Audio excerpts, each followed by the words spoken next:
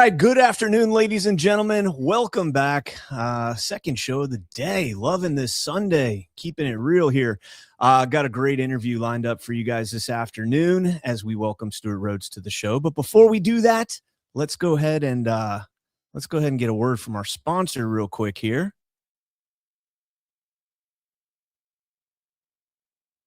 I am a Kung Fu master.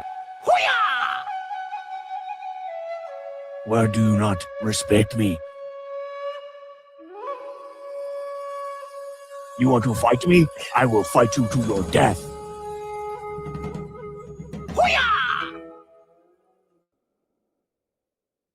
Do you want to tame the mane that is your ugly beard?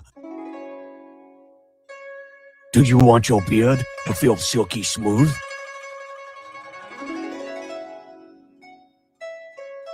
You want to make it illustrious, like my Kung Fu beard?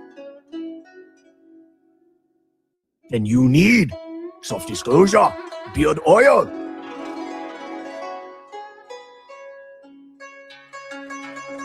Softdisclosure.com, promo code BADLANDS.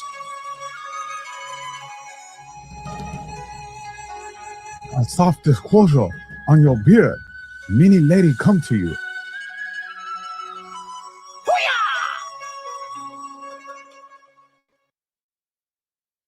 All right, softdisclosure.com, promo code CannCon if you're watching the show here, not Badlands, but tomorrow morning when I'm on Badlands Daily, it'll be Badlands. But if you're watching here, promo code CannCon still benefits all of our my colleagues over at Badlands. Just that's my promo code, so I hope you guys enjoyed that. All right, so I was asked if I would like to do this interview, and of course I would love to do this interview. So I'm going to bring on my guest here in just a moment. He is a U.S. Army paratrooper. Did long-range reconnaissance, disabled veteran, Yale law graduate. He clerked for, he worked for Ron Paul on his I don't know if it was campaign, but he worked for Ron Paul. He also clerked for the Arizona Supreme Court, J6er that was commuted but not pardoned. Ladies and gentlemen, welcome to the show, Mr. Stewart Rhodes. Stewart, how you doing, brother? What's up, man? Doing good. How are you? It's another day above ground, so I cannot. Right. I am definitely living my best life. Amen. So yeah. I want to make sure we get that right. For Ron Paul, I worked on his DC staff, his office in DC, and I worked on his campaign. We ran for president in 2008, 2009. There you go. There you go. So OG Ron Pauler. What's that? It's an OG Ron Pauler. Yeah, man. Ron Paul, love that guy. Not as big of a fan as his son right now, but you know, I don't know. That apple fell really far from that tree. Yeah, Rand is not Ron. That's a fact. Yeah, 100%. So, Stewart, the timing of this interview is really interesting because we just came off this past week, the first of the new J6 hearings, led by Representative Barry Loudermilk. This one was to prod into the J6 pipe bomber. We live streamed it here, and I want to get your take on that hearing because you were there front and center. Yeah, I was there with Ivan Raiklin. That's why I'm right here in the HQ of the Department of Retribution. That's right. There you go. So what did you think of that hearing? I thought it was a shit show, a whitewash. You know, you had statements at the beginning. This is a hearing to get to the bottom of the J6 and to expose all the lies of the J6 Unselect Committee of 2022. And yet it was basically a rubber stamping of almost all of the propaganda from that prior J6 hearing. In fact, you had Troy Nehls, Republican, directly attacking, throwing under the bus, Oath Keepers, Proud Boys, 3%ers, really any patriot that was wrapped up in the dog and pony show of the Fedsurrection. He just endorsed and said, yes, I agree that they're all guilty. He just said, oh, but President Trump wasn't. So he just really adopted about 90%. He channeled his inner Liz Cheney and adopted 90% of her arguments. So I'm sure that the lefties on the other side, were Raskin and Moskowitz, were just giddy to have him on board to help him out. But the most important reason why I was there was to stand up for Brian Cole's rights. I know exactly what it's like to be sitting in solitary confinement, pre-trial, while there's a dog and pony show going on in Congress to smear your name and taint the jury pool in advance of your trial. The exact same thing was done to myself and my co-defendants, and also to the Proud Boys. Yeah, that Brian Cole thing still to this day irks the hell out of me. You know, Yeah, me too. Regarding the hearing itself, you know, I was telling you before the show, we live streamed it because I was doing the Tina Peters appeal hearing, and I had the times mixed up. So I was like, hey, this saves the day. I'll go, you know, do the J6 hearing for 2 hours until the Tina Peters hearing starts. And so, you know, I jump in there and I see the panel, and I'm like, the only person I know up here is Nance and Romano. But Romano's, you know, the Democrats' witness. He's a prosecutor that prosecuted a ton of J6 cases, disgustingly. And so I decided, you know, I was like, let me reach out to my friend Kyle Seraphin and see what his take on these people was. And he jumped on the show, and I was shocked that none of those people had any firsthand knowledge of the J6 pipe bomber. The closest they had was Nance, who was, I think he said he was in some hangar in Virginia, supervising, but he didn't have any, you know, firsthand operational experience with anything around the J6 pipe bomber. The other two guys, Special and Piota, you know, not for nothing, but they didn't have any firsthand knowledge of that either. Right. So you're right. What the hell was that? Yeah, it's rubber stamping. I mean, they should have had. That was my first thought. Was they should have had Kyle Seraphin up there. They should have Steve Baker up there. Both of them. I mean, Kyle Seraphin was on the surveillance team, surveilling two persons of interest who just happened to live right next door to the Capitol Police officer that Steve Baker and his amazing investigation pointed right at. So neither one of those two were there. And also the other big one's absent. You know, what about the two Secret Service agents who just finished their lunch casually after being told there's a so-called bomb right next to them? They didn't get off the X, they didn't cordon off the area. They just sat there and kept eating and let, you know, women and children wander by in foot traffic, and train traffic kept rolling by, and vehicle traffic. No cordon, you know, that wasn't done until later when the bomb squad showed up. So the huge tells that you know, this was an inside job, and this is a whitewash to cover that. They didn't have anybody from the chain of command, you know, that was leadership on the ground that day from the FBI, nor the U.S. Capitol Police, nor the Secret Service, nor, you know, ATF or any agency that responded actually that day. They didn't have anybody there to refute the cell phone data. I think Special tried to, you know, I think, or it might have been Piota, you know, that tried to talk about the cell phone data, but the whole thing absolutely reeks. We read the complaint that the FBI put out with, you know, the you know, summary of Brian Cole's quote unquote confession, right? And the convenience of having these thermal paper receipts from 4 or 5 years ago still in his possession with the extra stuff that's been sitting there for 4 or 5 years. The most shocking one to me was the total I don't want to say misinformation because it seems to be true, but they twist it. And that was, he reset his phone 934 times. You know, that piece that they put out. But what they didn't tell you is that he didn't do it 934 times until 6 months after January 6th.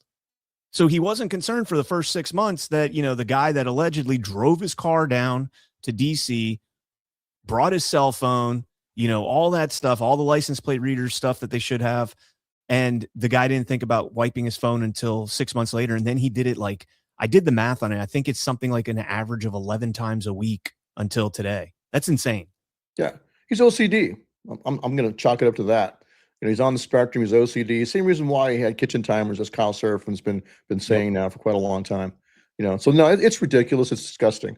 So it's really awful to see the Attorney General, the DOJ and FBI under this new Trump administration acting exactly like their priors under the Biden administration. What is the difference? An innocent man is being railroaded to cover for the deep state, and the fact that Jocelyn Ballantyne, one of the worst prosecutors who was caught red-handed suborning perjury in the Proud Boys trial, you know, the fact that she was also the one that went after General Flynn, that she's the one who's assigned to this case tells you all you need to know. It's as though Trump's not president. It really is. Yeah, you know, that's another shocking one is Ballantyne's role in this, considering, you know, the Flynn story with General Flynn. You know, you look at that, and if you've seen his movie, and you've heard his story about how he was basically coached into a confession in order to save Michael Flynn Jr. and keep them from going after him. I mean, that sounds a lot like what's going to be happening with Brian Cole here, where they're going to try and, coax him into being the patsy, the fall guy for this. And I don't know what the underlying, I saw there was somebody on X, I can't remember, former Air Force intelligence, that put out a thread about Brian Cole and found that his dad is like has a $260,000 federal tax lien on his property. And you kind of wonder if that's, kind of the way that they turn the screws on him, and maybe something comes down and he gets pardoned. He gets included in the J6 pardons or something like that, and he gets a slap on the wrist at worst. And they get him to plead out, same way they did with the J6ers. They put the pressure on him that you're going to be spending a ton of time in jail otherwise. Right. It's the same thing President Trump himself said in his Meet the Press interview. He said, I know the system. It's a nasty system. Guys offered 2 years if you plead out the 2 years, or go to trial, you'll get 30 years in prison. He was talking about, he's being asked, well, why does he intend to pardon all of these J6ers who, pled guilty to assaulting police officers? And that was his response. That's the reality. It is a nasty system. And now President Trump does know what it's like, because it was aimed at him. So that's my point. As a recovering lawyer, I can tell you that the entire criminal justice system is broken, that prosecutors all over the country coerce false confessions out of men by threatening them with decades in prison. And then they have them sign a statement that says, I'm signing this of my own free will because it is in fact true. I'm not being coerced in any way. It's complete bullshit. They're always being coerced. Every plea bargain is coerced. So in this case situation here, this is a prosecutor had a pattern with Enrique Tarrio. She went right to him and slid across on the table a document that said, President Trump, we're guilty, and President Trump told us to go inside the Capitol. And if he would have signed that, he could have just gone home. He didn't have to sit in solitary confinement and then go through a long, horrible trial and be sentenced to 22 years. But to his honor, he refused, as did all the rest of us. We all could have gone home. But that's the point, is that all of our prosecutions were coerced. They threatened us with life in prison. Some guys did roll over and take a deal. What's that one guy? Is it Jeremy Bertino? Was one of the Proud Boys who did bear false witness under her guidance. He took the stand and lied and helped hang up all the other Proud Boys. And now he's remorseful and issued a public statement and a retraction, an affidavit saying that he was coerced into a false confession and false testimony. So why is she still on the job? Yeah, that one blows my mind. For almost 2 years, I hosted a show called Inside J6. I had you on that show, and every week I would. While I was in. No. This was after the pardons. You had come on. I've had a bunch of J6ers, Oath Keepers, Proud Boys on. I can't even remember some of the names, but so one of the common themes that I always heard from people, especially the ones that took plea deals or the ones that, continued to fight and ended up going to prison, was that they were basically coerced. Yes. They were, they understood that they're facing $250,000 in legal fees at minimum. At minimum, they're facing a jury that is 96% bleeding heart liberal. We're not talking Democrat. We're talking full blown bleeding heart, crazy. TDS. Yeah. TDS out the wazoo. They hear insurrection and immediately Trump is the most heinous thing in the world, and told everybody to go down there and burn the Capitol down, which was complete and utter nonsense. Right. And so that's just not a fair place to conduct a trial. And then hearing what you're saying about Enrique Tarrio, where they basically coerced him and said, you can go free or we're going after 22 years, I think is what he ended up getting. That's nuts. We were all threatened with life in prison. I'm in solitary confinement in Alexandria Jail, pre-trial, and I get the same letter all my co-defendants got, and I'm sure the Proud Boys got the same one too, saying that from the prosecutors that you've been charged with seditious conspiracy. This is analogous to treason, so therefore we're asking the judge for life in prison. That was a threat. Yeah, 100%. Yeah. So I want to play this clip real quick. You got mentioned. You got a little hat tip here from one of my representatives down here in South Florida. Moskowitz, yeah, unfortunately. Yeah. Check this out. Let me say thank you to the FBI and the Department of Justice and law enforcement for catching the pipe bomber. By the way, the head of the Oath Keepers is here with us in the audience. Stewart Rhodes is here today. It's not every day, of course. Not every day, of course. Of course, sitting in the front row in the reserved section, which is controlled by my colleagues across the aisle. But yeah, he's here. I mean, I don't know. You have any questions, my colleagues across the aisle, for the head of the Oath Keepers that's sitting in the reserved section of this hearing? I mean, he wasn't pardoned. He's still convicted of seditious conspiracy. Yeah. Something you guys say didn't happen, right? If there wasn't an insurrection, I don't know how you get convicted of seditious conspiracy. There you go. Like we just said, a jury of 96% deranged lunatic leftists. That's right. But I refuse to participate in their lie. I'm not going to help them by pleading out to seditious conspiracy. I mean, I've got no problem with guys that, took pleas to assaulting a police officer because they wanted to avoid 30 years. But when you're charged with seditious conspiracy, if you agree that you did that, you're really helping just the big enchilada, the big lie of the whole thing that was aimed at President Trump. So myself and my co-defendants and also Tario and the other Proud Boys, Joe Biggs, Dominic Pizzola, they all said, F you, we're not going to do that. So yeah, we all stuck to our guns. But it's really funny that Moskowitz, of course, brings up the fact that I'm not pardoned. That's the problem with I don't know who gave President Trump the advice to single out. It was only Oath Keepers and Proud Boys, 14 of us total at the beginning, who were commuted only and not pardoned. Everybody else was pardoned, but us 14. And I think that was done intentionally by a bad apple inside of his circle that wants that false narrative to live on, that there must have really been a plot because look, they didn't get a pardon. I agree with you. I could also see the narrative that if they were to give a pardon for that the left would use that they would, say that he pardoned seditious conspirators, which we all know. Look, I mean, our base that are listening right now, they understand that you guys were set up, that you guys had your hands tied behind your back in the fight. It was an impossible uphill victory for you guys. But there are still, the CNN, MS Now. Well, let me respond to that. Good. 2 points. One, Enrique got a pardon. He was convicted of seditious conspiracy also, and in fact sentenced to 22 years, even though he wasn't even in D.C. Right. I got 18 years. I wasn't even inside the Capitol, but his situation was even more absurd. We were targeted because we're the leaders of the two groups they hate, Oath Keepers and Proud Boys. But, he got a pardon. I'm glad he did. So that logic doesn't apply to that, right? And then the other thing is, you should know, is that there were 2 Oath Keepers who did plead guilty to seditious conspiracy, rolled over, bitched out, helped their narrative. They got no prison time. Judge Mehta, the same judge that gave me 18 years, gave them probation only in December of 2024. And then when President Trump came in, the new administration, those 2 got pardons. So they were, they pled guilty to seditious conspiracy, and yet they were pardoned. So the reality is that those of us who went to trial, aside from Tario, but the rest of us who went to trial were punished for being truthful and loyal to President Trump and not participating in the lie.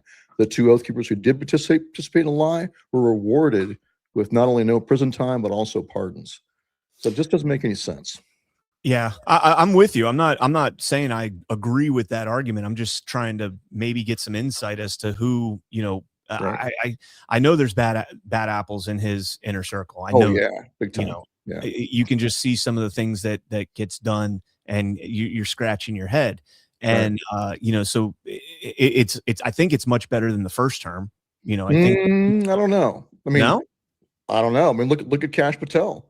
When 274 FBI agents was disclosed by a member of Congress in his office that 274 undercover FBI agents were in fact in the crowd, how did Kash Patel respond to that?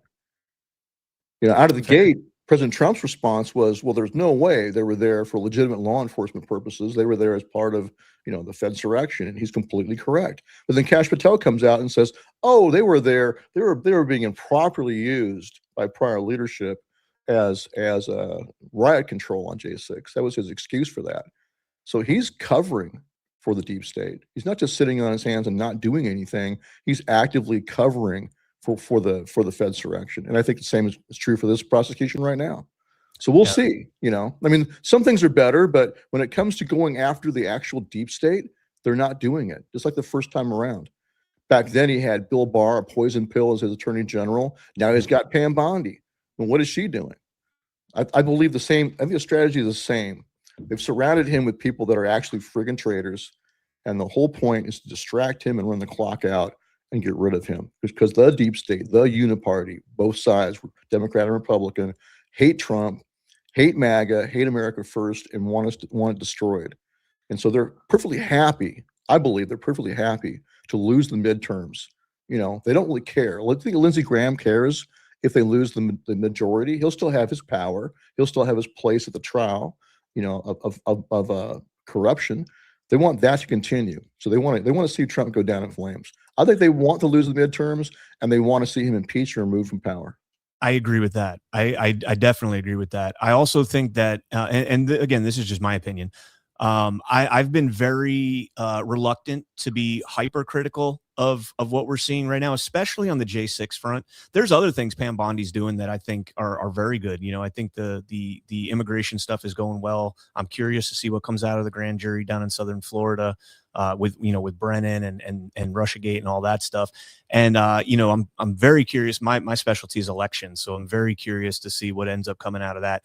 But in terms of the J6 thing, I don't know. I've kind of dabbled with the idea that if they go hard on that right now, they'll use that as political fodder in the midterms against President Trump. And I think his base is okay where we're at right now. I mean, it's not great in terms of the J6 stuff, but I think it's well enough. After the midterms, I'm hoping it goes scorched earth. But again, I'm just speculating on that. When you look at what Troy Nell said in the hearing, yep, that's an indicator of a real serious problem, that there are so-called allies of President Trump in Congress who, like I said, are adopting 90% of the false narrative of the Fed's direction. And the thing is, President Trump is still a co-defendant with myself, Enrique Tarrio, Oath Keepers and Proud Boys, in 2 active lawsuits in front of the same judge, Judge Mehta, who put us in prison. And those started. The first one was February 16th, 2021, right on the heels of the failed impeachment attempt. Benny Thompson filed a lawsuit with other Black members of Congress alleging a conspiracy between Trump, Giuliani, Proud Boys, and Oath Keepers to disenfranchise Black voters in violation of the KKK Act. That's what it said, by attacking democracy. So that false narrative that Trump was the kingpin, Tarrio and I were his lieutenants, and all of our guys were his shock troops. That false narrative has been the narrative from day one. Everything else has been kabuki theater to make that true.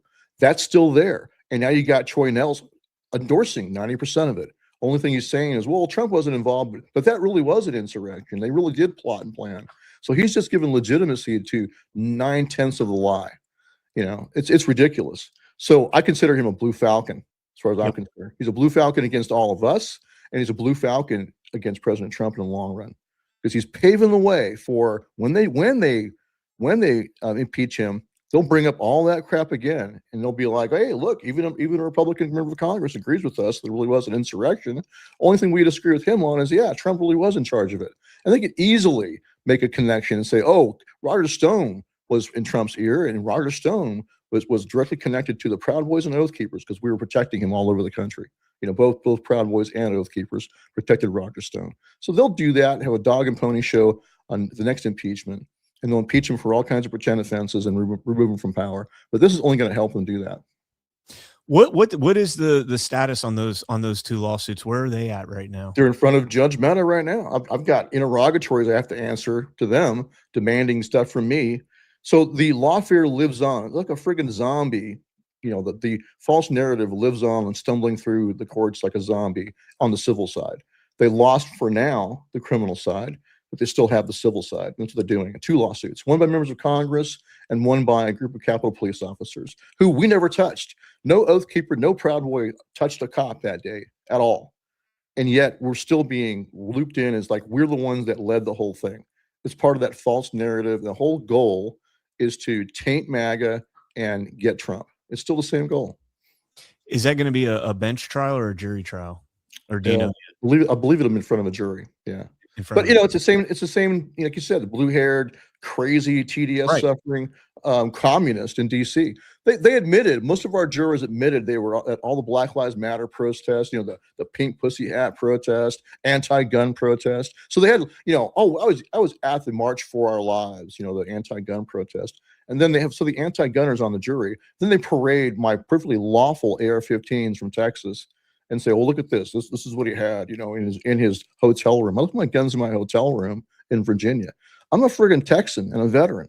So whenever I travel, of course I have a truck rifle. But why would I not? You know? So, but I leave it in my hotel room locked up responsibly when I go into DC. But they use that against us. So, you know, point is the same.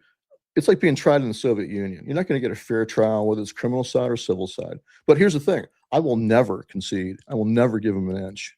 We're going to go to trial. Amen. Amen.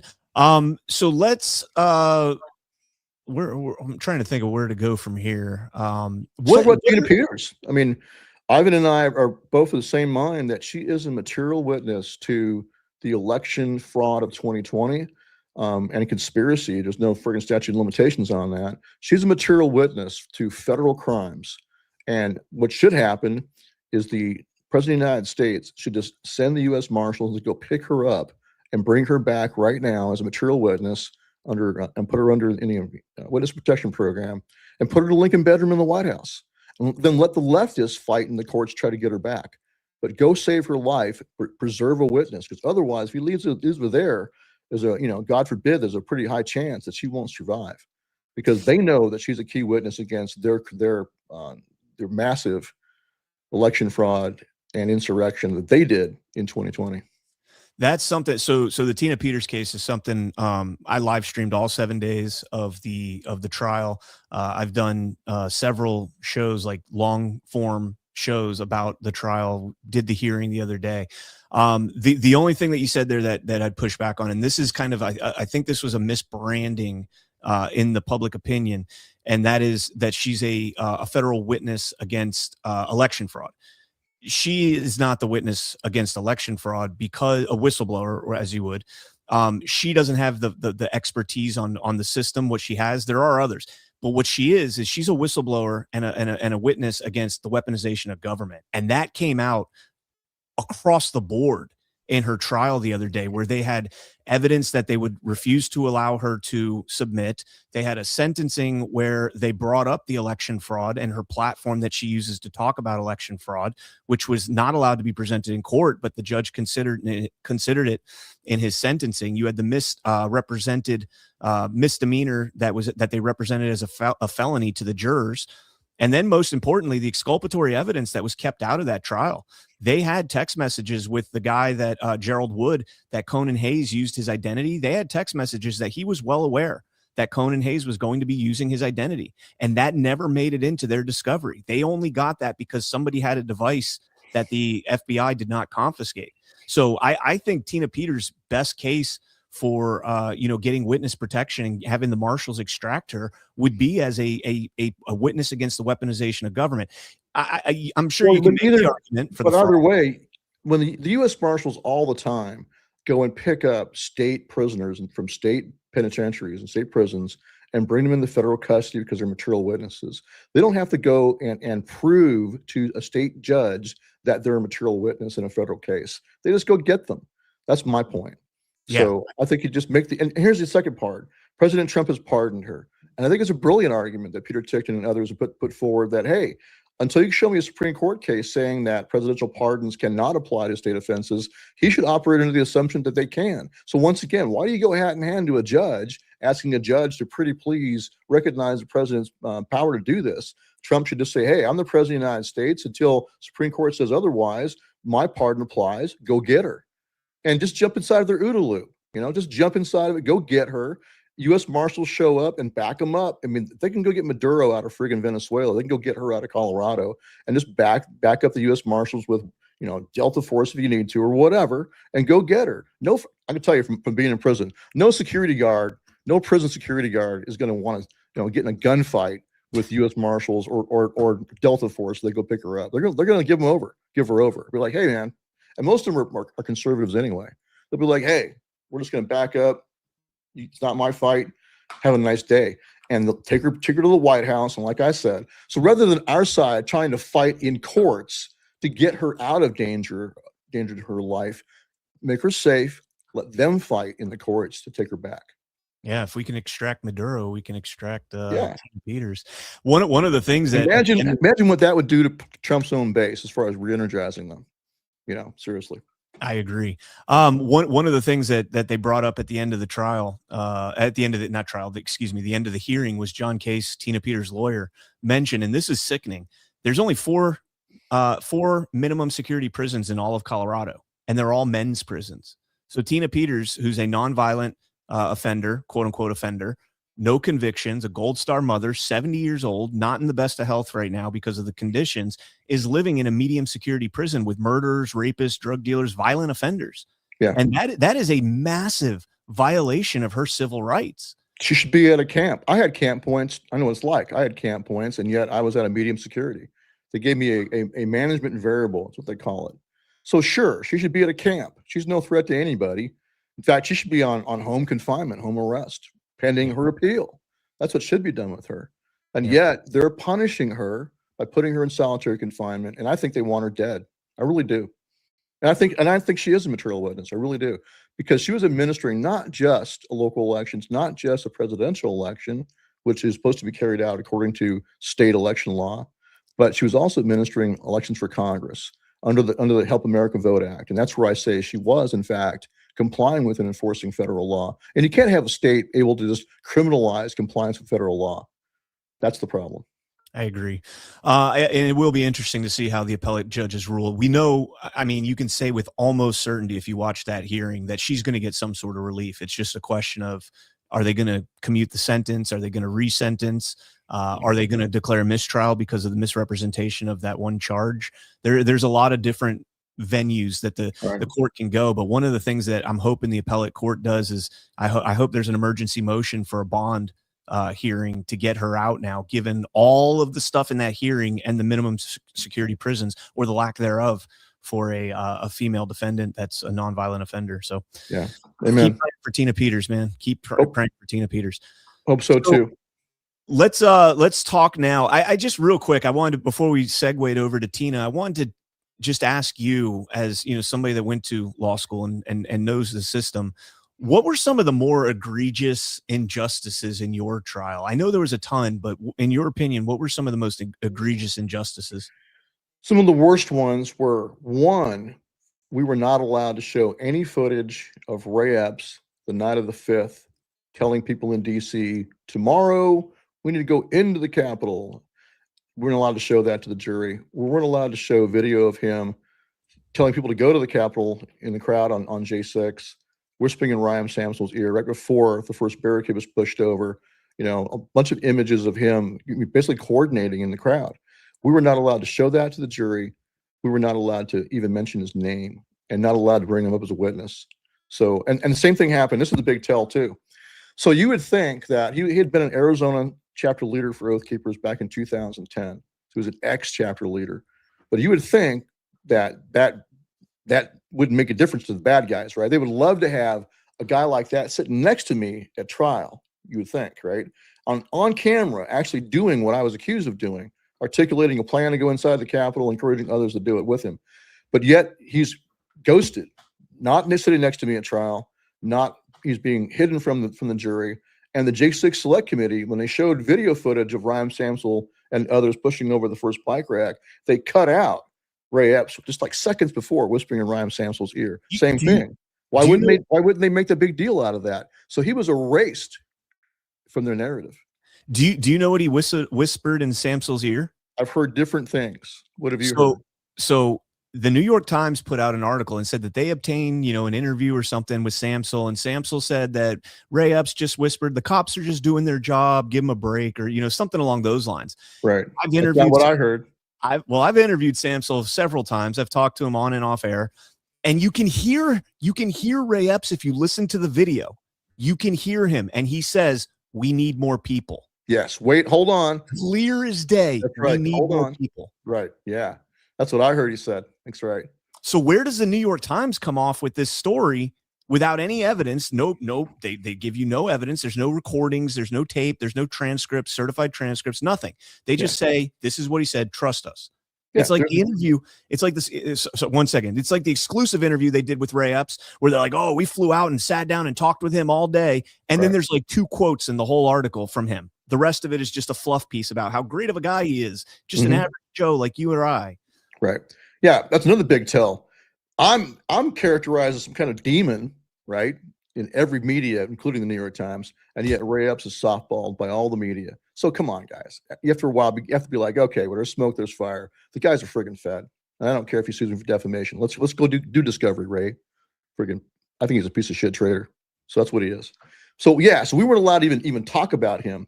Other big tell in our trial was you had a New York Oathkeeper cop and his buddy. Now, for some reason, his name is escaping me, but they're on video helping Tariq Johnson that day. Tariq Johnson, the black cop who wore the MAGA hat to get through the crowd, saw these 2 Oathkeeper cops with Oathkeeper hats on their heads and said, "Are you Oathkeepers?" I said, "Yeah." And they showed their retired badges. And he said, "Hey, can you help me?" And they said, "Sure." And so he's on video because as a podcaster following around, looking at stuff, following Tariq Johnson. And they're on video helping him get through the crowd inside the Capitol. They went inside, helped him escort some of the riot cops out through the crowd. They assisted police that day. That was not allowed to be showed to the jury. The judge said that's not material. But yet he showed an altercation in a parking lot from when we were down doing anti-looting in Louisville, Kentucky in August of 2020.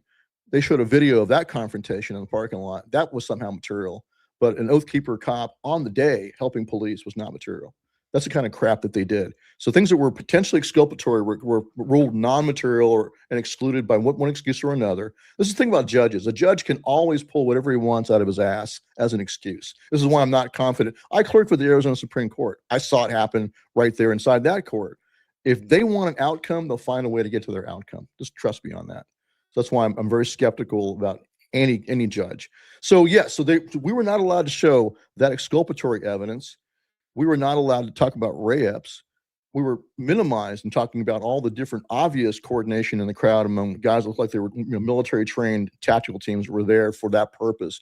Passing forward tire irons, break windows, and coordinating through the crowds and all that. So we were minimized being able to show any of that to the jury. But another big tell, of course, is that you had 2 Capitol Police officers caught red-handed committing perjury that day in our trial. You had Harry Dunn and you had Officer Lazarus. Harry Dunn was the cop inside the Capitol that Oath Keepers actually helped. The guys that went inside helped Harry Dunn.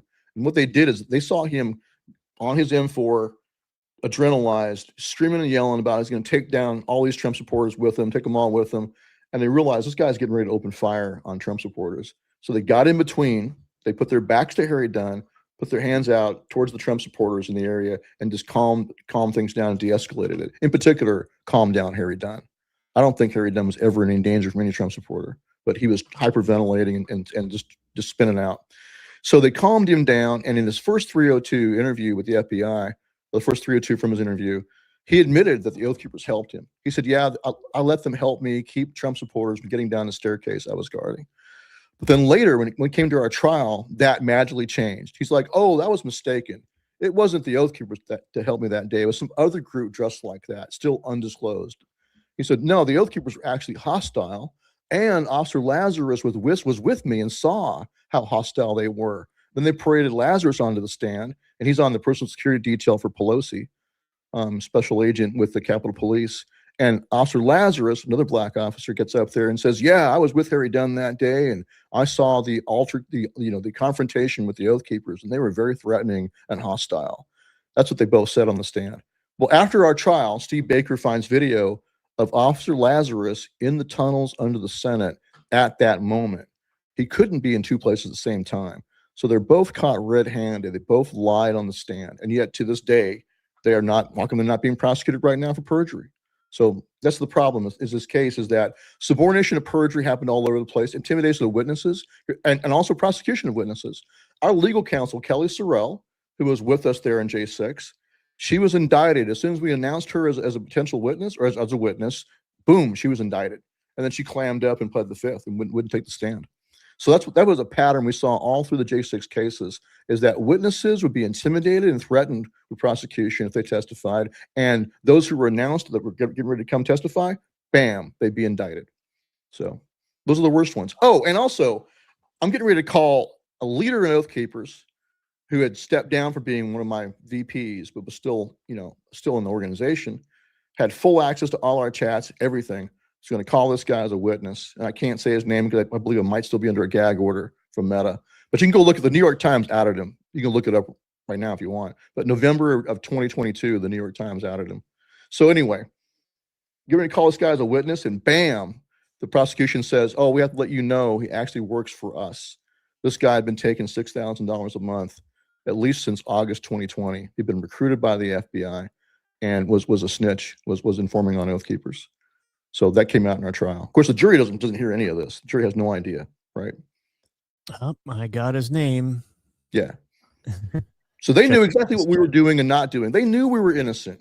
It was all a complete show trial, like in the Soviet Union. Show me the man, I'll show you the crime. These are soulless, evil, corrupt FBI and DOJ, and they're still on the job. The same agents that persecuted all of us, 5,000 agents sent across the country to persecute J6ers, intimidate witnesses, arrest witnesses, stick guns in families' faces, they're still on the job. All the prosecutors who persecuted us, with a few exceptions, are still on the job. That's why I say that this administration so far, when it comes to draining the swamp, is an absolute failure. They're not draining shit. Man, that's disheartening. I look at Jocelyn Ballantyne. I know. 100%. 100%. Yeah, there she is. She's still there. Yeah. Let's and now they're railroading another innocent man. So Kash Patel, yes, Longino, Pam Bondi, Todd Blanche, Judge Janine are all willfully framing and prosecuting an innocent man to cover for the deep state. And I don't believe they're doing this because they're stupid. I think they're doing it because they're complicit. They know what they're doing. Yeah, that's a great point. That's a great. I mean, Brian Cole is getting raked over the coals right now. Raked over. Yeah. No. Let's move on to the insurrection taking place throughout the country right now. Right. Well, by throughout the country, I mean in a small community in Minneapolis that is made. Actually, it is all over the country. It is. Yeah. Well, yeah, you're seeing protests and stuff like that, but I mean the gist of it is taking place. You had gunfire. You had really California. Remember that? They tried to kill ICE agents. They accidentally killed an illegal alien, which is really, just like amazing, right? So they opened fire trying to kill ICE agents and wound up killing an illegal alien they're trying to rescue. That happened in California. That was when they had him in the van and the guy up on the rooftop was shooting down. Yeah, exactly. Yeah. You saw this past week. You saw they ran off FBI agents that were in unmarked vehicles and stole all their lock boxes out of the back of them. Stole their weapons, right? Weapons, classified documents, or sensitive documents. I'm not sure the classification. There was another video out of a Somali rally in a shopping center where they ran off the ICE agents. You can't when you get to the point where the crowd is pushing away law enforcement from doing their job. I don't know how you define that as anything other than an insurrection or a rebellion. And you also have a failure, and we saw this throughout the Trump administration, the first Trump administration. Across the country, you saw Antifa attacking Trump supporters for their free speech, beating them, assaulting them, attempted murder. And that's why Oath Keepers and Proud Boys both stepped up all 4 years to protect people all over the country, including 9 times in Washington, D.C. That's what we're doing on January the 6th. We were there as volunteer security for 2 permitted events on Capitol grounds. So you're seeing the same pattern now. Look what happened just yesterday with Jake Lang's rally in Minneapolis, another J6er, So they should have had professional security. There's a lot of critique I have for what Jake has been doing wrong. But main point is he has a right to free speech. And so do the people with him. They shouldn't be assaulted. And yet you saw the police stand down. And we saw that pattern all over the country. And in leftist-dominated areas, the police are told to stand down by their political bosses, and they will just obey orders and stand back and let Antifa run wild. And so that's the problem. So you have not only obstruction of violent obstruction of federal law enforcement, but you also have a failure to protect the rights of the American people. And that's square within the Insurrection Act. Insurrection Act says when the president determines that the rights of the American people cannot be secured in the normal course of the judicial proceedings, and that's what we have also, with complicit judges, and you have resistance to federal law enforcement with local and state actors either refusing to protect people's rights or actively violating their rights. The president has the authority to use the National Guard, the military, or any other force, any other means he deems necessary. I think it's long overdue. I called for him doing this in 2020. So I think he should invoke the Insurrection Act in Minnesota. I think he should model exactly what Eisenhower did. General Eisenhower in 1957, when the Arkansas governor, this is when they're trying to desegregate the schools under Brown versus Board of Education, right? So the Arkansas National Guard was called up by their governor, and he told them, block the kids from coming into schools. And then you got Tim Walz issuing a warning order just the other day to the National Guard of Minnesota saying, stand by for further orders. So what happened with Eisenhower, he nationalized the National Guard of Arkansas, brought them under his command, he invoked the Insurrection Act, and then he brought in the 101st Airborne. I think Trump should do the exact same thing. That's what I said just the other day. He should just go ahead and do the same thing that Eisenhower did, nationalize the Minnesota National Guard, bring in the 101st or some other airborne unit, just make it as close to parallel as possible, and say, I'm doing this to keep the peace. And when Eisenhower did that, what was the outcome? The peace was kept. No one wants to dance with the 101st Airborne. No National Guardsman wants to disobey direct presidential orders when they're brought in the national service. And so it kept it more peaceful. I think half measures are more dangerous.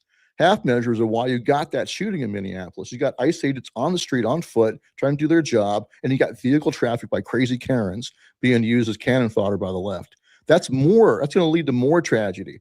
Better for you to cordon off the area, not allow any vehicle traffic at all, give them time and to do their job, and have it so that the illegal aliens can't squirt out. Just cordon off the area. First thing you do is cordon off the area.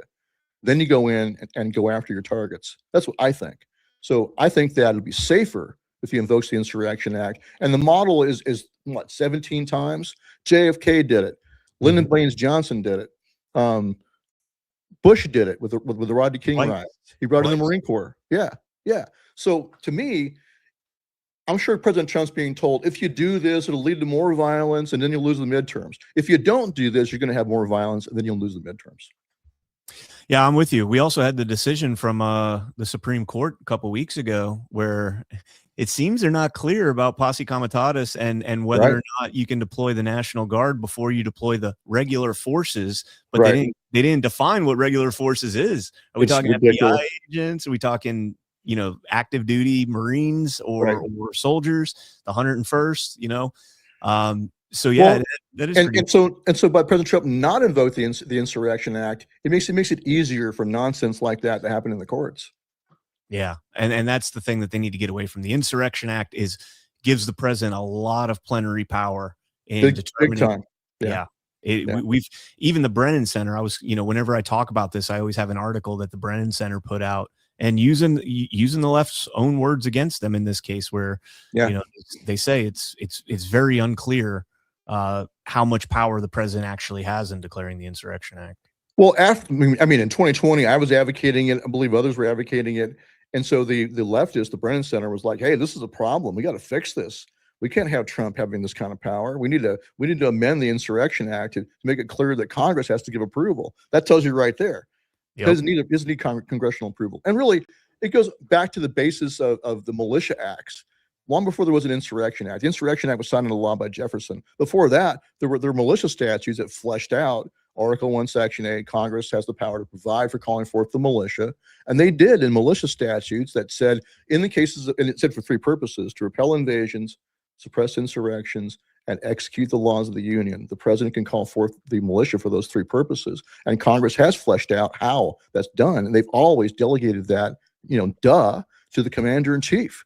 And what do we have in this country? An invasion, an ongoing insurrection, I would say since 2016, frankly, and direct violation of federal law and impeding of enforcement of federal law. Square on point.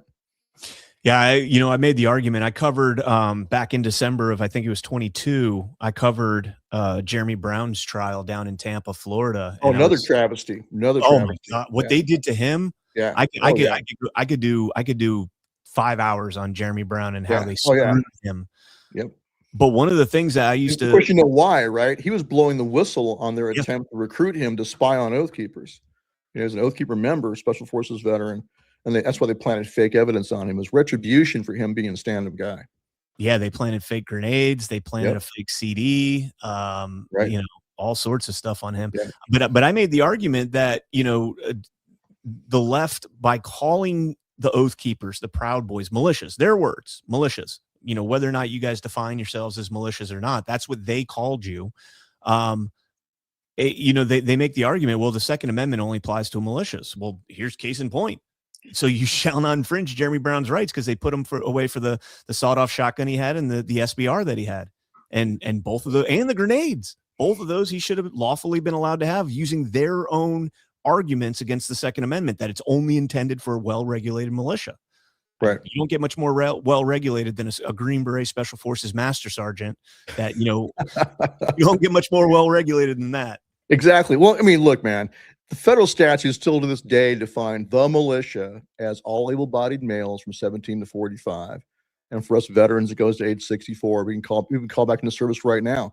And I think we might have talked about this last time I was on your show way back when. I think President Trump should call us up. I think he should call up all of us. Because you got leftists saying, oh, he doesn't have the manpower to even lock down New York. We're going to insurrect. They're saying we're going to rise up across the country in the summer of 2026. That's what they're saying. And he doesn't have the manpower. Even all the active duty military couldn't be enough people. They're fucking, I guess they're not paying attention to militia statutes. Because it's 17 to 45, all able-bodied males. And then it says the organized militia is the National Guard, part of the militia, but the organized part. And then the rest of us are the unorganized militia. Well, the president, pursuant to militia statutes, can call us all into national service right now if he wanted to. And I think he should. He should call us all up, order all of us to muster in our counties, all the veterans take charge of all the non-veterans to train them and organize them, and then stand to and await his further orders. Now, if he did that instantly, our communities would be stronger against the jihadis. You know, they're going to unleash jihadi attacks. It's going to happen at some point. You know, it's going to be, you know, Benghazi, or not Benghazi. Well, yeah, Benghazi style, but it'll be October 7th style, whatever. That's part of the deep state plan, I'm sure. But he could organize us now to put down insurrection, violent riots, whatever in our community. And we can do it. Look, man, when Oath Keepers rolled into Ferguson, Missouri, and protected a block of buildings, we only had the manpower to do one block of buildings, but that block of buildings was safe. No one burned down those buildings. No one opened fire on us. You know, nothing happened to those shops we were protecting, and above the shops were apartments where families lived. The bad guys had sworn they're going to burn down that whole block. They said, we're going to come back and burn this whole MFR down. And then we showed up with rifles, and they never danced. They don't want to dance because they don't want to die. So if President Trump were to call up the veterans in particular in this country to stand to in our counties, we can suppress any crap the left throws at us in 2026. That's a reality. And they know that. And that's why they have shitbag advisors and weenie lawyers around him advising him, well, you can't do this or you'll lose the midterms. Same as last time, 2020 riots across the country. Oh, don't invoke the Insurrection Act or you'll lose the election. It's the same arguments. That's such a good point about, you know, the invasion that we had over the last 4 years in this country, and having factions of, you know, whether it's Tren de Aragua, MS-13, whether it's jihadis, whatever the case might be. You have unvetted people throughout this country. Yeah. We saw, I thought this might be kind of the signal here, the National Guard murder in DC with this strange, and what a strange story that was. This you know, elite CIA trained 0-unit operator drives all the way across the country to use a .357 revolver to assassinate 2 National Guardsmen in broad daylight. A guy that has the training, the know-how, the wherewithal to execute something like that with a high probability of being able to egress and get out of there. And the guy does it in broad daylight. That story just absolutely. Yeah, and he uses a 6-shot revolver. You think you would have grabbed an AR-15 at some point, you know? So yeah, it was really kind of weird. Yeah. And he left behind his family. I think I read that he had like either 4 or 5 boys. And I told people, I said, when I was covering this story, I said, I don't think you understand what a blessing that is in the Islamic faith from Allah, that to have 5 boys. That is like, I mean, that's like the best thing in the world. And you're telling me that this guy drove all the way across the country and pissed all that away? That makes zero sense. He might have, though. That's the problem. That's the problem with Islam, man, is that all it takes is for a cleric to get in his head and say, you are not fulfilling your obligations as a Muslim. You know, that's the problem. And every now and again, look at the Dra Muhammad contest in 2015 in Texas. Two guys from Phoenix drove all the way to Texas to attack that event. Now, thankfully, the people that put that event, I think it was Pamela Geller, she put that event on. She hired 40 retired police officers and private security. 40 armed men were around that event. And that brings me back to Jake Lang. Jake Lang's raising money for security, and yet I don't see professional security taking control of those events. If you're going to dance with the devil and poke at the bear like poking at jihadists, you better come with deep security that are professional and well trained, like Pamela Geller did. One of those retired cops off duty working as security for her is who took them down. Saw the guys getting out of their car, staging, bringing out their AKs, and he wasted them. Took care of that business there. So my point is that you never know. He could have been just a guy who was just activated to go commit jihad. It might be, and that's why he just bumbled in there with a 6-shooter. You would think he was really a red flag or a false flag operation, or MK Ultra style. They would arm him up better with an AK or an AR. He would have been much more deadly. Just my opinion here. I think he's, with his ties in a 0 unit to the CIA and things like that, I think he was, being handled by somebody. And I think that ultimately that was the goal of the operation, was to be something so blatantly in your face that they caught him. They got all the details about him out. These 0 unit. They set him up with a 6-shooter on purpose, you're saying? I think the whole thing was designed on purpose to be, because like I said, these guys, I don't know if you ever did any work with 0. Well, did you go to Afghanistan? No, man, I was a Cold Warrior back in the 80s. Okay, so I went to the basic training and airborne school in '83. I'm like really old. I was in Afghanistan. We did a lot of work with some of the Afghan special forces. Now I don't know if they were 0 unit guys or not. Right. And these guys aren't, they're probably on par with like Marine Corps infantry. I mean, they're well trained. Yeah, they're very well trained, but they're not SEALs. They're not, No. Green Berets. They're not that level. But these 0 unit guys are supposed to be, the best of the best in Afghanistan. There's no question that he could have pulled this off first off, he would have been operating at night. That's their their specialty in those 0 units is nighttime operations. Yeah. And it just makes no sense to me, but yeah. I mean, he was tackled. I believe he was tackled because he was firing a 6-shooter. Mm-hmm. He ran out of ammo and he got tackled and taken down. So it doesn't make any sense. You would think he'd be more well armed. Imagine if he had a 300 blackout AR pistol under his coat. He could have done some pretty nasty work. 100%. That's horrifying to think of that, actually. Yeah. But that was my point, is you have all these units, these SBU units, whatever you want to call them, throughout the country. And, Yeah. If it gets to that point, like I tell people, I'm not trying to scare you and use fear tactics here, but you got to be prepared. Like, absolutely. And a good book to read is one called Day of Wrath by the same guy who wrote 1 Second After. Forsham, I think his name is. He wrote a really good little novella. It's a short read. Like, what would happen if teams of jihadis, 6 to 10, armed up with body armor and AKs, attacked elementary schools across the country all at the same time? And they can give even worse than that, attack buses, for example. But that was the scenario put forward in the book. And of course, IED set up to detonate when there's first responders coming in after the fact, and then also ambushing parents who are freaking out and coming to the schools. It's a pretty good read. That's exactly what we're going to face, I think, in the long run. And we also have military-age males from China. How many military-age males from China have flooded into our country? And come on, those are PLA. There's no way those are just refugees. So you got military-age males brought from all over the world, including from our direct enemies in our country. So that's why I'm 100%, and even as a former libertarian and hardcore Ron Pauler, I'm 100% in favor of mass deportations. The agenda is obvious across the West. Flood us with the third world, take over politically, a permanent servile class will always vote for the powers that be, and that we're being replaced. That's just the reality. And we need to reverse that, and it's going to take radical measures. That's why I want President Trump to invoke the Insurrection Act, not just to put down the street crap in Minneapolis, but to go after the deep state. I'm advocating that he do, I said this in open letters in 2020, but he also do a mass declassification and exposure of the elite in this country, both sides.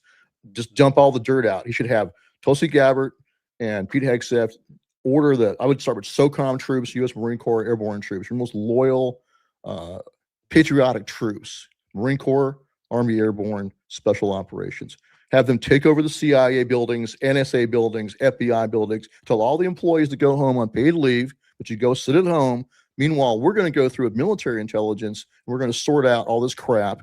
We're going to retain as secure anything that's actual national security, but anything else that's exposing your corruption, we're going to doge everything. We're going to expose it all to the American people. And that gives us, the base, a chance. You should do it now for the primaries to give us a chance to root out the rot inside the GOP and give the Democrats, there are still some good Democrats out there, Tulsi Gabbard style, RFK Jr. style, old school, JFK Democrats, give them a chance to purge out the traitors in their ranks, the corrupt and treasonous people in their ranks too, both sides. Purge them all out in the primaries and then give President Trump a majority in Congress that's actually American first. Otherwise, he's going to lose. And then they take over, they're going to impeach him and remove him from power. I think, Stewart, everything you're talking about right there is just music to my ears. Love to hear that. I'm 100% behind you on all of that. We got to clean up our elections, man. Our elections. Yeah, agreed. Yeah, agreed. Well, hey, when they do the declassification exposure, it should be exposing all of that too. Yeah. All the fraud in the elections, all the dirty dealings. Look at what Elon Musk did when he bought Twitter. He opened the doors and showed us that there were FBI, CIA, DHS, NSA sitting in on meetings inside of Twitter about who and what to censor. He opened the doors and showed all the dirt. That's all I'm saying, is do that exact same thing inside the CIA, FBI, NSA. Just open the doors and show the American people. And once you've identified all the crap, then you do what you have to. And you should start with the judges. Start with the corrupt judges and show all their corruption too. I'm sure it's the same as members of Congress. Members of Congress come in at $175,000 a year salary, and then they wind up all being millionaires. Of course, it's through corruption. I'm sure the judges do the same. So just expose them all and take them all down. But yes, absolutely, election integrity is critical. I think at that point, if he shows that this is the evidence we're going to show the American people of how they've stolen elections across the country, both parties. I've seen it done in the Republican Party too. Of course. Yes. Yep. Absolutely. I saw it done to Ron Paul. That's what originally black-pilled me on the system back then. Was I watched him steal the nomination from Ron Paul in 2008 at the conventions. Yeah. So, but to expose it all, man, and then do what we have to do. At that point, if it takes extraordinary measures like Lincoln-style measures after that, okay, do what we got to do. There's a fantastic interview I've been listening to, Mark Cook, that did the workout in Mesa County. He posted an interview it has to be from like the 80s or 90s by a gentleman named James Collier. And he's talking back then about the election fraud, the exact same formula we're seeing right now, all the way down to the dominance of the media in narrative control and dissemination of information, and the misinformation, disinformation pledge, and all that. It's truly one of the most prophetic. And granted, it was true back then. I believe it was true back then, but it's one of the most prophetic interviews I've ever seen, to the point where we're at today. 10 out of 10 recommend it. I want to watch that. Yeah. I mean, I'll send it to you. As an old school Ron Pauler, I saw it back in the 90s. I mean, it's been going, this is what's so frustrating. It's like, we finally have a guy who we believe is going to actually drain the swamp. That's what he ran on. That's how we voted for him 3 times. I think he won all 3 elections. I do too. He's in there for that purpose. If he doesn't do, I don't care about all this other trade deals, foreign policy. I care about taking down the deep state. Because if he doesn't do that, this republic is dead.